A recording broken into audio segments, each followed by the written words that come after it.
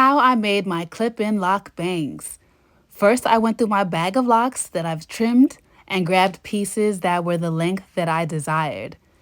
Then I cleansed them with the Love Light and Locks Detox Shampoo. Next, I blow dry them about 75%. You'll see why in a bit. Then I lined them up with the cut blunt ends at the top, which is where I sewed them. I sewed them back and forth several times to get it nice and taut. This step is important because you don't want your clip-in to be flimsy. You want the parts where you pin it to be firm.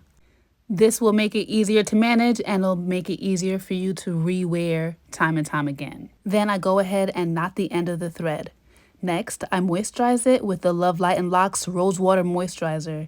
It's still my natural hair and needs to be treated with the best. Now here's the hard part, achieving the bumped effect.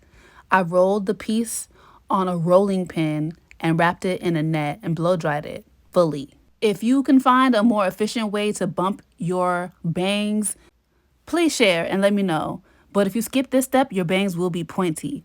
Now you can pin them with hairpins and style as desired.